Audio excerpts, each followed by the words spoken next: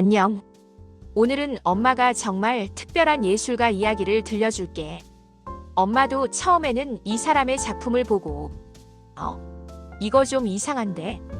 했거든. 거대한 거미 조각도 있고 뭔가 무섭기도 하고 말이야. 그런데 이 사람의 삶을 알고 나니까 진짜 가슴이 먹먹해지더라. 아픔을 이렇게 아름답게 승화시킬 수 있구나 하는 생각이 들었어. 이 사람의 이름은 루이스 부르주아. 90년 넘게 살면서 어린 시절의 상처를 한 번도 놓지 않고 끝까지 붙잡고 그걸 예술로 치유해낸 정말 대단한 화가야. 루이스의 이야기는 어린 시절 집 안식탁에서부터 시작돼. 루이스가 겨우 10살 무렵이었어. 그때 루이스의 아버지가 집에 머물던 가정교사와 불륜관계를 시작했대. 그것도 10년이나. 상상이 돼? 매일매일 집에서 그 장면들을 봐야 했다는 게 더 가슴 아픈 건 루이스의 엄마가 그때 병으로 투병 중이었다는 거야. 몸도 아픈데 남편의 배신을 눈앞에서 보면서도 항해 한마디도 못하고 그냥 묵묵히 견뎌야 했대. 얼마나 힘들었을까. 어린 루이스는 그 모습을 보면서 분노와 수치심, 배신감을 느꼈어. 너무 화가 나서 아빠를 칼로 찌르는 상상을 계속했대. 하지만 현실에서는 아무것도 할 수 없었지. 그저 약한 어린아이일 뿐이었으니까. 이 상처가 얼마나 깊었는지 루이스는 평생 이 기억을 잊지 못했어. 아니, 잊지 않기로 한 거지. 그리고 수십 년이 흐른 뒤 드디어 그 상상을 작품으로 실현하기 시작했어. 루이스는 아버지의 파괴라는 작품을 만들었어. 붉은 조명이 켜진 어두운 방 안에 들어가면 동굴처럼 파인 공간 한가운데 식탁이 놓여 있어. 그 위에는 살점 같은 조각 덩어리들이 널브러져 있지. 이게 뭘 의미하는지 알겠어? 가족이 아버지를 식탁 위로 끌어올려서 사지를 찍고 먹어버리는 꽤 잔인한 복수의 판타지를 시각화한 거야. 처음에는 좀 무섭고 충격적으로 느껴질 수 있어. 하지만 엄마는 이 작품을 보면서 다르게 생각했어. 이건 단순한 복수가 아니라 가부장적 권력 구조에 저항하는 선언이었구나. 더 이상 피해자로 머물지 않겠다는 외침이었구나. 루이스는 현실에서 할 수 없었던 일들을 예술로 해낸 거야. 상처를 밖으로 꺼내서 작품으로 만들어서 마침내 그것과 대면한 거지. 근데 말이야, 정말 흥미로운 건 루이스가 이런 강렬한 작품들을 만든 시기가 20대나 30대가 아니라는 거야. 루이스는 1911년 프랑스에서 태어났어. 일찍부터 예술을 공부했지만 그 시대의 미술계는 남자 화가들 위주였거든. 특히 잭슨 폴록이나 마크 로스코 같은 추상 표현주의 회화가 주목받던 시대였어. 루이스는 회화는 너무 평면적이야. 나는 자르고 붙이고 다시 만들 수 있는 게 필요해.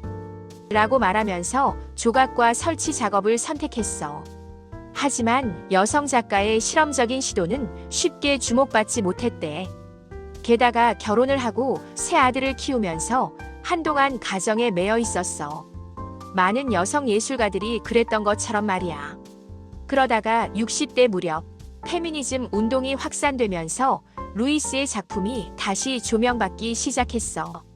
그리고 드디어 71세에 뉴욕 현대미술관 역사상 최초의 여성 작가 단독 회고전을 열게 됐지.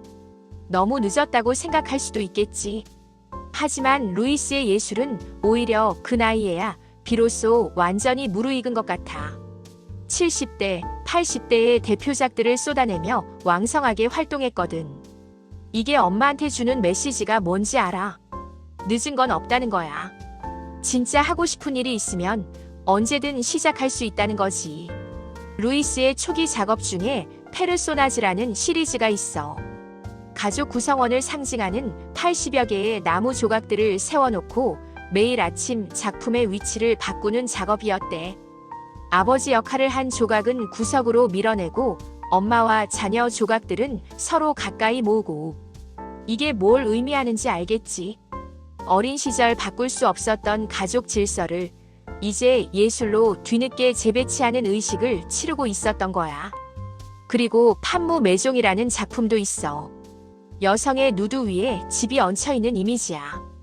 여성의 몸과 가정, 그 무게에 대해 이야기하는 작품이지. 또 작은 소녀라는 조각도 유명해. 남근을 안고 웃고 있는 작가의 사진으로 알려진 작품인데 이건 여성의 성과 가부장제의 권력을 날카롭게 전복하는 상징이었어. 엄마가 미술로 치유를 받은 것 같다고 느낀 건 바로 이때부터야.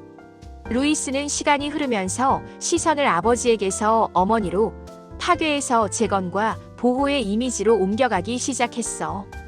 작품을 통해 분풀이를 실컷 해석을 했을까? 그 대표적인 작품이 오늘날 현대미술의 아이콘이 된 거대한 거미 조각 마망이야. 높이가 9m나 되는 이 거미를 처음 보면 솔직히 좀 무섭거든. 철제 다리를 쭉 뻗고 서 있는데 배 부분에는 알을 품은 듯한 철망이 매달려 있어. 그 아래에 서 있으면 마치 거대한 존재에게 포획된 것 같은 느낌이 들지. 하지만 루이스에게 거미는 공포의 상징이 아니었어. 거미는 바로 엄마의 초상이었던 거야. 루이스의 집안은 테피스트리 수선 일을 했거든. 엄마가 언제나 실과 바늘로 천을 기워내던 모습이 루이스에게는 집을 짓고 찢긴 그물을 묵묵히 다시 고치는 거미처럼 보였대. 루이스는 이렇게 말했어. 나는 수선하는 사람들의 집에서 자랐어. 거미는 수선하는 존재야. 그래서 마망은 정말 특별한 작품이야. 날카로운 다리와 거대한 몸집으로 언제든 공격할 수 있을 것처럼 위협적이면서도 그 다리 아래 펼쳐지는 공간은 관객을 감싸 안는 피난처 같거든. 약함과 강인함, 보호와 속박, 위협과 위로. 이 모든 게 한 몸 안에 공존하는 거미의 모습은 루이스가 평생 품었던 엄마에 대한 복잡한 감정 그 자체였던 거야. 아빠의 외도의 속수무책이었지만 동시에 자녀들에게는 안식처였던 엄마 말이야. 말년에 이르면서 루이스의 작업은 한결 부드러워졌어. 루이스는 90년 가까이 보관해온 가족의 옷, 침대 시트, 손수건, 수건 같은 낡은 천조각들을 기억의 물질적 증거라고 불렀어. 그리고 그것들을 자르고 이어붙이고 다시 꿰매기 시작했지. 한때는 상처의 현장이었을 그 물건들이 루이스의 손을 거쳐 다시 봉합되고 전시장 안에서 새로운 공간을 형성하면서 기억과 상처를 치유의 장면으로 바꿔놓았어. 엄마가 미술치료 수업을 들으러 다닐 때 느낀 게 있어. 디자이너는 고객의 관점으로 디자인해야 하는데 순수미술 작가는 자기 자신에게 완전히 몰입할 수 있잖아. 그래서 더 내면의 세계를 깊이 들여다보기 좋은 것 같아. 루이스 부르주아의 작업은 진짜 기억은 냄새와 촉감을 가지고 있다는 걸 상기시켜줘. 상처도 사랑도 결국 어떤 물질의 형태로 우리 곁에 남을 수 있다는 가능성을 보여주지. 루이스 부르주아는 90년이 넘는 긴 시간 동안 어린 시절의 상처를 놓지 않았어. 하지만 그 상처를 원망 속에 묻어두지 않고 예술로 끄집어내서 마주하고 결국 치유했지. 처음엔 분노와 복수로 시작했지만 결국엔 엄마에 대한 사랑과 보호의 이미지로 그리고 낡은 천조각들을 다시 꿰매는 부드러운 치유의 행위로 나아갔어.